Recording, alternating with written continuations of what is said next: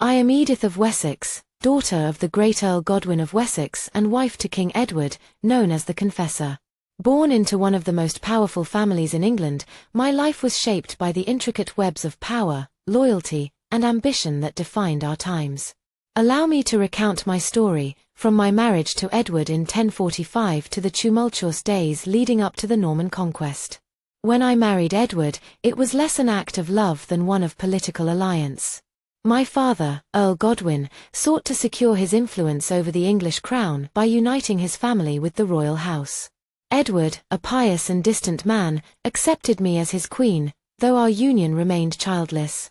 While this absence of heirs cast a shadow over our marriage, it also allowed me to step into a role beyond that of a mere consort.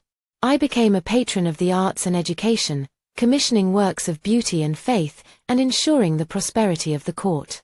Despite my position as queen, my path was fraught with challenges. In 1051, my father and brothers fell from Edward's favor, accused of treachery. I was sent to a nunnery, a symbolic repudiation of my family's influence. Yet, my resolve did not falter. I maintained my dignity and prayed for reconciliation. Fortune turned in our favor the following year when my family was restored to power, and I resumed my rightful place beside the king. As queen, I wielded a quiet but significant power. I acted as a mediator between Edward and the ambitious nobles who sought to sway his decisions. I was a protector of the English Church, advocating for reforms and supporting the monasteries that were so dear to Edward's heart. My influence extended beyond England's borders. My education and wit allowed me to correspond with rulers and scholars across Europe. Through these efforts, I bolstered the prestige of our kingdom.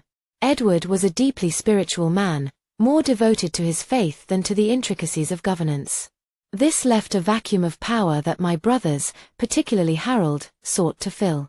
Harold's rise as Earl of Wessex made him one of the most powerful men in the realm. Though I loved my brother, his ambitions were a source of tension, particularly as Edward's health began to decline. The question of succession loomed over us all, and I found myself torn between loyalty to my family and my duty to the realm. Edward's death in January 1066 marked the end of an era. His final days were shrouded in mystery, as conflicting claims emerged regarding his wishes for the succession. Some believed he had promised the crown to William of Normandy, while others supported Harold's claim. I stood at the center of this storm, mourning my husband while witnessing the unraveling of the fragile peace we had built.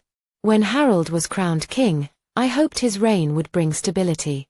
But it was not to be.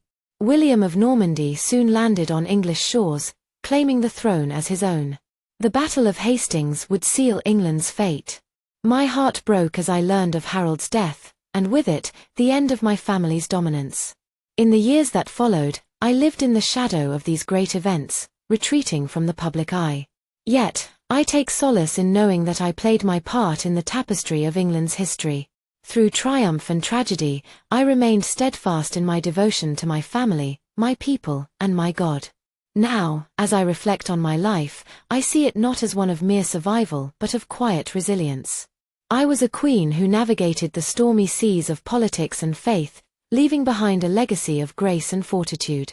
My story is but one thread in the rich fabric of our nation's past, a testament to the strength of women in times of upheaval.